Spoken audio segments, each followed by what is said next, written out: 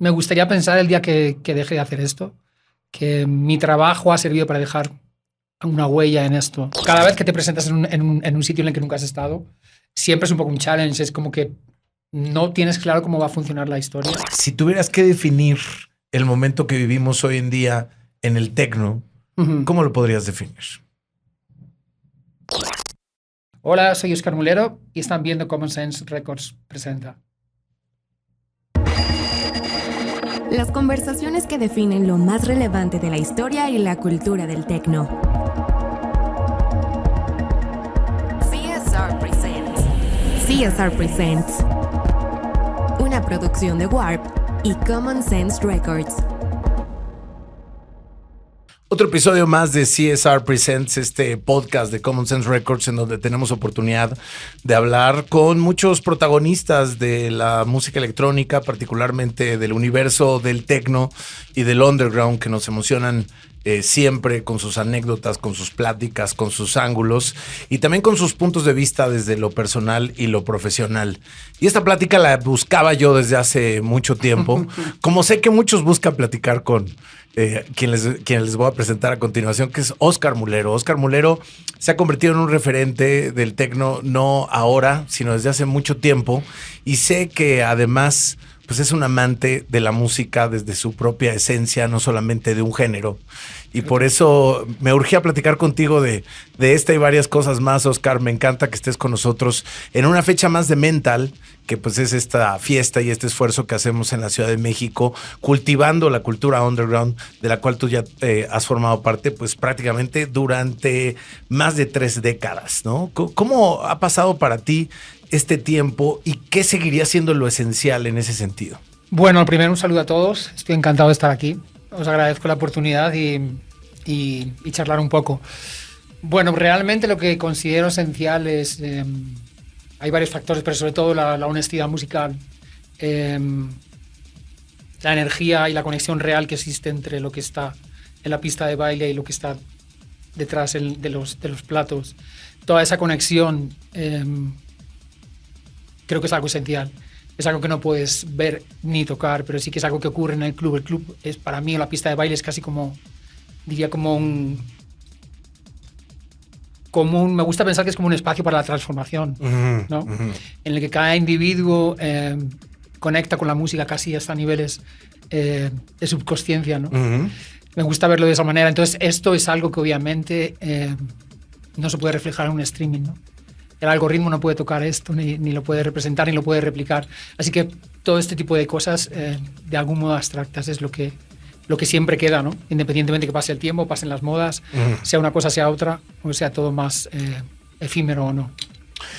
Ahora mismo el universo de la música electrónica y de la escena underground pues vive diferentes carriles al mismo tiempo, ¿no? Son como diferentes autopistas que están andando. De lo que puedes vislumbrar desde tu propia trinchera, ¿qué parece una evolución natural o qué aspectos podrían ser, digamos, retadores de entender o de aceptar? Entiendo. Bueno, pues... Hay partes de la evolución que me gustan, ¿no? Como es la escena ahora mismo. Sí veo como una evolución lógica y como algo positivo y súper interesante. La facilidad que hay ahora de acercarse a las nuevas tecnologías y nuevas herramientas, tanto para la producción como a la hora de pinchar. Creo que esto es algo muy, muy positivo. Y son factores definitivos a la hora de la evolución, ¿no? Esas son cosas que me gustan de la evolución. La velocidad en que se consumen las cosas y lo rápido que pasan las cosas de un plano a otro y se van como consumiendo, como van expirando, es algo lo que me cuesta un poco asumir, ¿no? Creo que al final quizás es un poco reflejo de esta época, quizás un poco reflejo de cómo son las cosas ahora, de cómo la gente joven consume las cosas. Pero creo que es una de las cosas que más me cuesta entender, ¿no? Lo rápido que expira todo, lo rápido que se consume todo, ¿no? Creo que en ese sentido también hay palabras que han entrado en otras dimensiones de entendimiento, ¿no? Desde techno u underground, que de pronto se utilizan como palabras más de venta que de fondo. La forma es fondo, dice, ¿no? Y de pronto se utilizan más hacia la forma que al propio origen de cómo existen o de cómo se conciben desde una escena original. ¿Cómo lo percibes tú? Bueno, si lo que buscamos es un poco la definición de lo que es la palabra underground para mí, como bien apuntas, para mí es algo que está lejos de ser una pose o ser una moda, ¿no? Es más como para mí es más como un sentimiento, es un riesgo, es honestidad con la música, con lo que tú crees, es apostar por tu ideal musical, digamos, mantenerte firme en eso, independientemente de cuál sea la moda o no. Entonces, lejos de ser una forma, lejos de ser una pose, para mí es algo más como un sentimiento. Es algo más interior, ¿no? Lejos de qué puede ser el hype o no, el tú seguir tu instinto, confiar en ti, tener un punto en el que te sirve como referencia a nivel musical, seguir eso independientemente de los altos y bajos que puedas tener. En mi caso, una carrera de 36 años da para mucho, entonces creo que sobre todo va por ahí, más como un espíritu. Hablando de cómo eran las cosas para ti hace 36 años, ¿cómo llegas a encontrar un sonido? Es decir, yo veo, porque te veo y porque veo desde tus remeras hasta tu propia actitud, que no solo es el underground, es la música alternativa, es el rock, quizás es el punk, que yo me identifico mucho desde mi carrera también como periodista musical, en donde me ha tocado abarcar muchos otros géneros. Entonces, en ese sentido, ¿cómo encontraste tu propia voz y cómo ha evolucionado al paso del tiempo esa relación tuya con la música y luego, pues por supuesto, proyectada hacia una audiencia? Bueno, la verdad es que sí, que he escuchado muchos tipos de música desde pequeño y para mí todo tipo de música tiene influencia, ¿no? Por supuesto la música electrónica, pero las cosas que empezaba a escuchar de pequeño como el post-punk o el rock o el pop son cosas que de alguna manera me han hecho ser muy abierto de mente, tanto a la hora de desarrollar mis sets como DJ, como también a la hora de sentarme en el estudio y trabajar en mi música. Todos son influencias y de alguna manera forman parte de lo que soy a día de hoy musicalmente, digamos, ¿no? Eso por un lado. En cuanto a la relación con la audiencia, el fin sigue siendo siempre el mismo. Es la conexión y la comunión, digamos, o el diálogo entre, como hablábamos antes, entre lo que es la pista de baile y lo que hay detrás de los platos, ¿no? Que en este caso es el DJ. Esto es el fin y en ese sentido no ha cambiado mucho. Pero sí es cierto que quizás antes a lo mejor había más misterio antes de redes sociales, ¿no? Antes la única manera de saber o entender algo o conocer algo de tu artista favorito podía ser mediante una entrevista, en el caso que tuvieras una entrevista de tu artista favorito. O sea que era un poco más misterioso. Sí que en ese sentido me parece positivo. Y las redes sociales acercan mucho esa postura, acercan mucho el artista con sus fans o con sus seguidores, ¿no? Digamos que los seguidores pueden tener una idea más clara de qué hay en la vida personal del artista al que siguen, ¿no? Qué cosas hace, que le gusta hacer, hasta qué cine le puede gustar ver, qué fotografía le puede gustar observar. Entonces, creo que en ese sentido ha cambiado mucho. Me parece algo positivo. Antes era como un poco más misterioso. También tenía su encanto, por supuesto. Y ahora sí es más fácil para que la gente pueda seguir el trabajo de alguien por medio de redes, ¿no? En ese sentido lo veo como algo positivo. Bueno, también es importante para mí hablar, cuando hablamos de trayectoria, de algunos conceptos que me parece forman parte de tu carrera. La disciplina, la constancia, la consistencia, la profundidad, porque sé que también la música que haces y la música que tocas va con una intención de viajar hacia adentro y no solamente corpórea, ¿no? Que el cuerpo es importante, se mueve, es una pista de baile, obvio, sí, pero sí, también se mueven otras cosas. Que ahí es donde nació, por ejemplo, el nombre de Mental. Que decíamos, bueno, también la mente y el espíritu necesitan moverse un poco, ¿no? Necesitan ejercitarse. ¿Tú tomaste esta decisión consciente? ¿Siempre formó parte de tu personalidad? ¿Cómo ha sido ese camino para ti, tanto sonoro, pero también de intención? Bueno, creo que hay un poco de las dos cosas. Mi personalidad va un poco por ahí. Entonces, es algo un poco innato o que viene de mi personalidad, ¿no? Eso es una parte innegable, pero por supuesto hay una parte también de trabajo y de intención, de tener claro por dónde quieres ir. Como decía antes, el tener un punto de referencia a donde quiero llegar con mi música, ¿no? Tener esa intención de musicalmente hacia qué lado quiero seguir, ¿no? Independientemente de cuál pueda ser el hype o cuál pueda ser la moda o no. Así que creo que es un poco combinación de ambas cosas. Mi personalidad va un poco por ahí.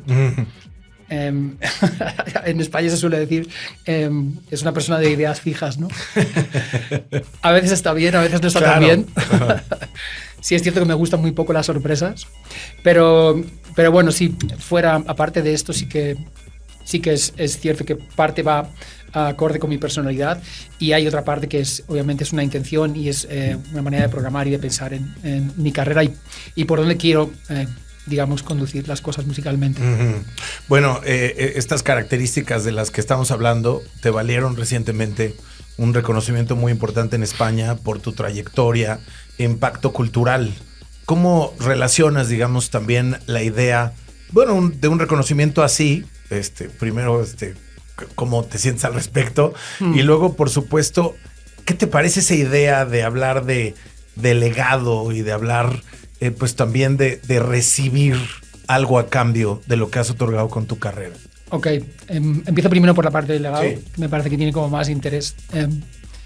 Me gustaría pensar el día que deje de hacer esto, que mi trabajo ha servido para dejar una huella en esto. Este legado o esta manera de hacer las cosas que sirvan de influencia para otros. Es una de las cosas que me parece que tiene más valor en el caso de editar la música en mis sellos, dar la oportunidad a gente jóvenes, a nuevos talentos, a gente que no, o que incluso gente que lleva trabajando mucho tiempo en la escena y en la música, pero que no han tenido nunca oportunidad. Entonces, por medio de los sellos es algo lo que sí que pienso de cara al futuro. Y como decía al principio, sí que es algo lo que me gustaría pensar que mi trabajo de todos estos años ha servido de alguna manera para contribuir a ese legado y que este estilo de música perdure con el tiempo, ¿no? Esa es mi cabezonería. es una de mis cosas. Y sobre el premio, la verdad es que yo casi lo considero, que me la hayan dado a mí, casi lo considero como algo anecdótico. Y yo lo recibo más como un premio en general para la electrónica de mi país. Que es tremenda la electrónica de España. Cierto, sí. Es un referente. Y es un logro que es para todos, para la gente de los sellos discográficos, para artistas, cualquier persona que forma parte dentro de la escena. Así que yo más lo recibo como algo a nivel global. Me pongo a pensar en cuando le dieron el Nobel de Literatura a Dylan. Y que Dylan no fue, ¿no? Y que mandó a Patti Smith. Bueno, mandas a Patti Smith, también todo bien.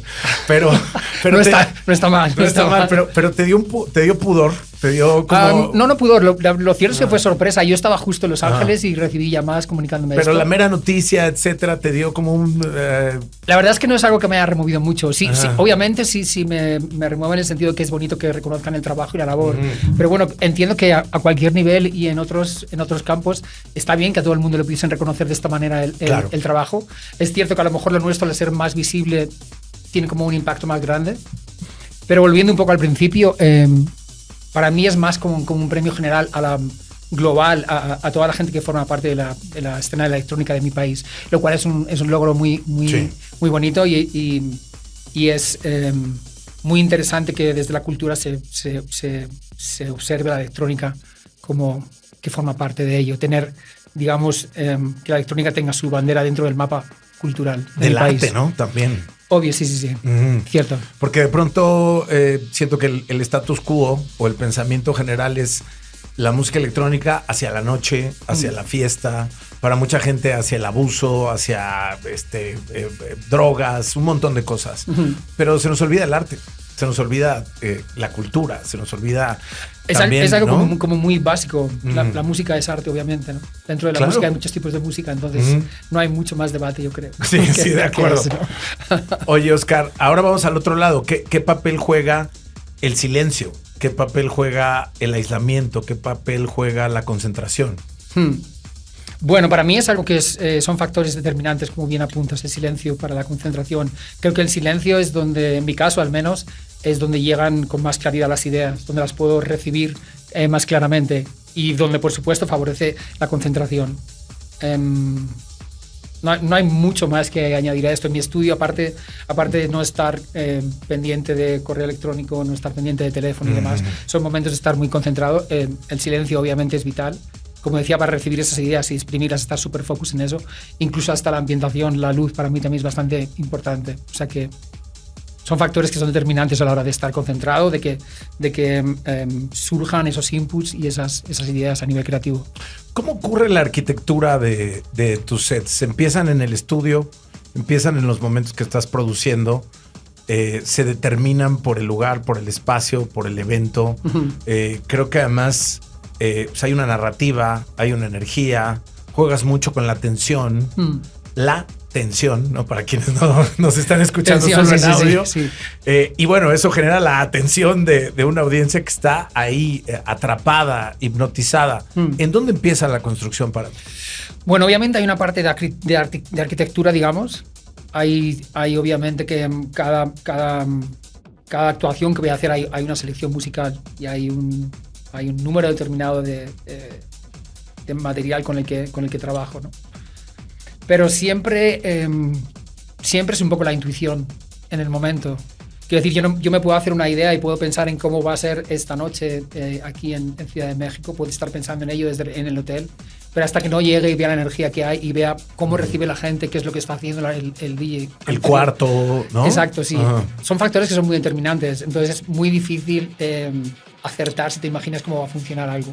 Por eso para mí es muy importante el seguir mi intuición, el masticar un poco esa energía un tiempo antes, el ver cómo recibe la gente lo que está haciendo el día anterior y después enfocarlo un poco hacia la manera en que me gusta dirigir a mí el set. Una vez que tengo eso, puedo dirigir, como bien apuntabas al principio, en crear esa tensión, ¿no? Que es algo que me gusta un poco. Diría que mi estilo es un poco entre tensar y después soltar y volver a tensar, en fin, jugar un poco con esto, con esta dinámica.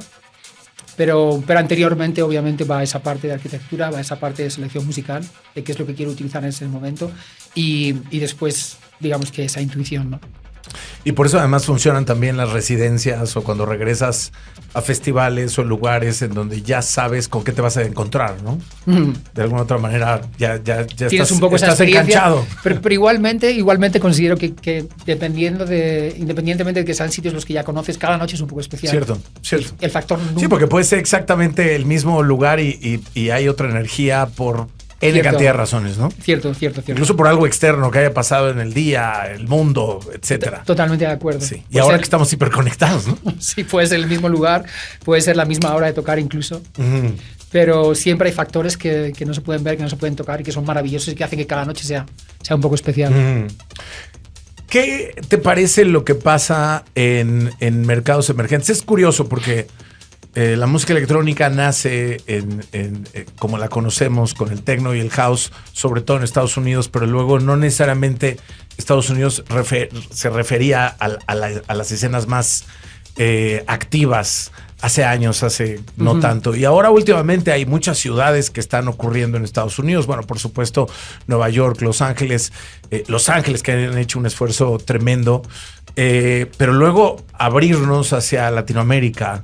Esta es la segunda oportunidad que tenemos de tenerte con nosotros y estamos felices. Colombia es una casa para ti también. También es una casa para el techno y para el underground. Muchísimas ciudades. ¿Qué opinión te merece lo que está pasando de este lado? Bueno, diría que a nivel de escena, en Latinoamérica es una escena que tiene una energía muy, muy especial. La gran diferencia que noto con respecto a Europa es la manera en que se acerca, la manera en que te reciben. Es muy, muy caluroso y es algo que es muy, diría que muy auténtico en Latinoamérica, ¿no? Es una energía muy especial. Obviamente cada año se va como consolidando más y es algo que es difícil de comparar, ¿no? Hay sitios en los que me gusta ir a actuar por la logística, por el sonido. En Europa tenemos clubes maravillosos. Pero cada vez que vengo a Latinoamérica diría que de las veces en todo el calendario, en todo el año, donde mi mochila se va más cargada de buena energía y de motivación, ¿no? Para continuar la siguiente temporada. Así que por ese lado es algo que me aporta mucho, me aporta muchísimo.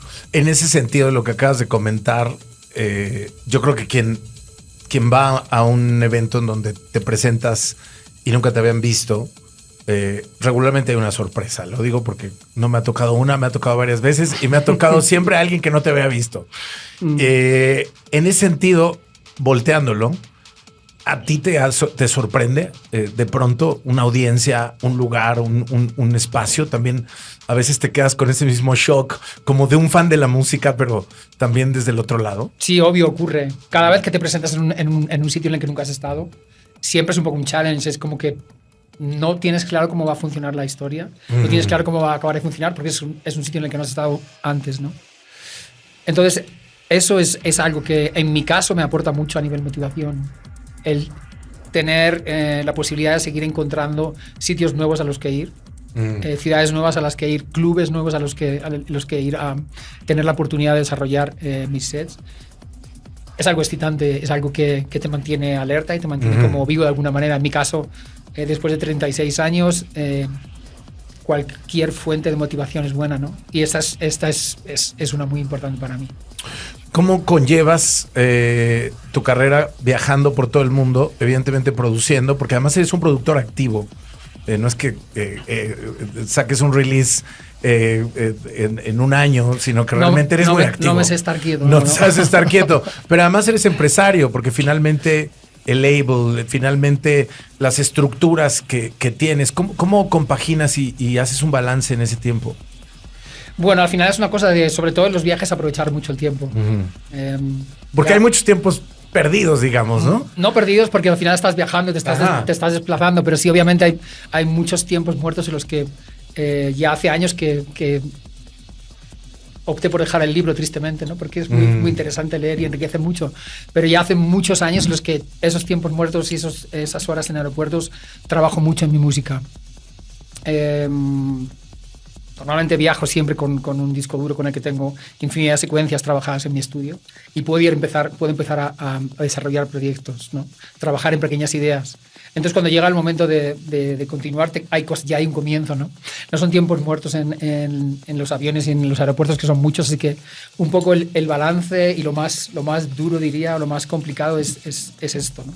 El tener el equilibrio entre tu trabajo a nivel de producción musical y el estar girando constantemente. Y dormir, ¿no? Y dormir cuando se puede. Cuando se puede. Exactamente. Entonces, el aprovechar el tiempo en esos viajes para mí es vital. Sí. Es vital.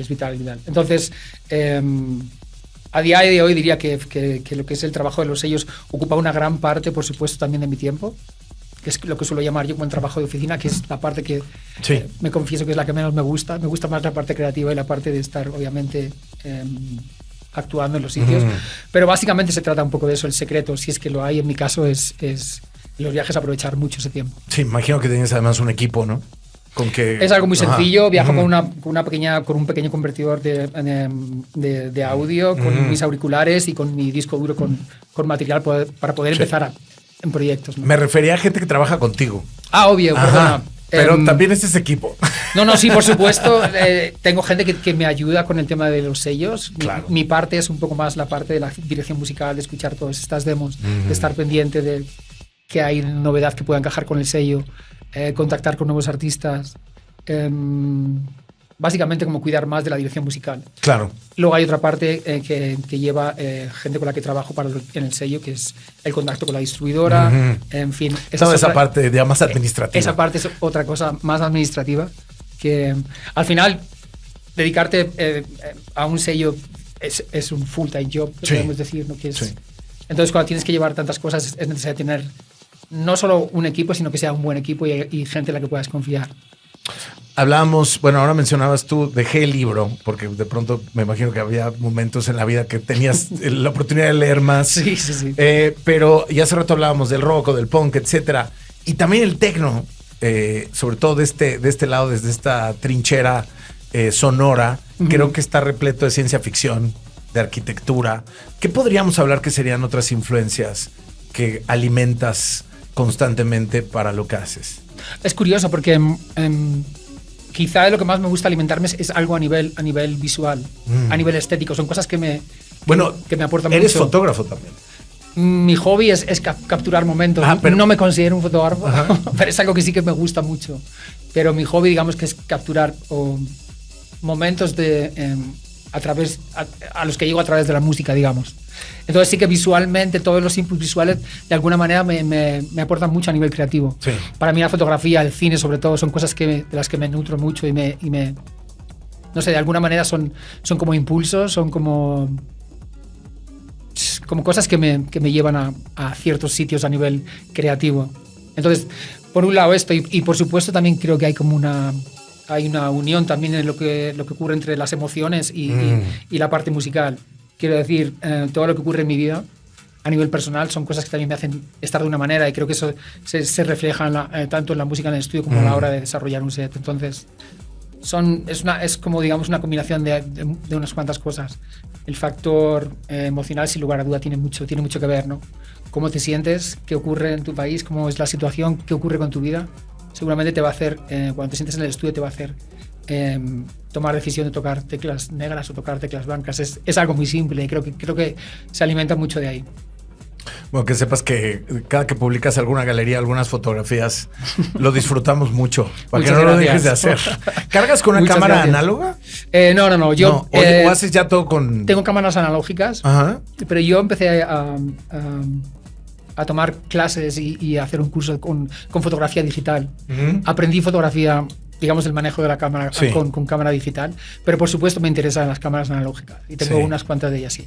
A día de hoy viajo con una Ricoh GRX que es muy muy pequeña. Que ya para viajar es todo lo que puede ser más compacto y funcional, ¿no? Casi ni la ves, y para hacer foto de calle, que es lo que mayormente me gusta a mí, es una maravilla. Y te toca ver algunas calles del mundo. Afortunadamente, sí, muchas gracias. Oscar, te agradezco enormemente que estés aquí con nosotros, y para cerrar esta conversación te preguntaría, si tuvieras que definir el momento que vivimos hoy en día en el techno, ¿cómo lo podrías definir? Esta es buena. Cambio. Lo definiría como que hay un cambio. Dejo abierto el debate si es para bien o para mal, pero... Nos vas a dejar a todos con esa. Pero cambio. Si es solo una palabra, diría que cambio. Bueno, puedes ahondar si quieres. No. Seguro que os tiraríamos otra hora hablando mínimo, seguro. Oscar, te agradezco enormemente que estés aquí. Un placer, de verdad, muchas gracias. Y bienvenido a México otra vez. Ha estado súper bien, sí, estoy encantado de estar aquí de vuelta. Más con esta temperatura, con este sol maravilloso. Sí, te tocó uno bueno, ¿eh? Sí. Sí, bueno, al rato, y una de esas te sorprende la lluvia, pero es cosa de esta ciudad. Parece que no, parece que hoy no. Pero decimos eso todos los días. Oscar Mulero, aquí en CS Representa. Gracias por estar con nosotros. Las conversaciones que definen lo más relevante de la historia y la cultura del techno. CSR Presents. CSR Presents. Una producción de Warp y Common Sense Records.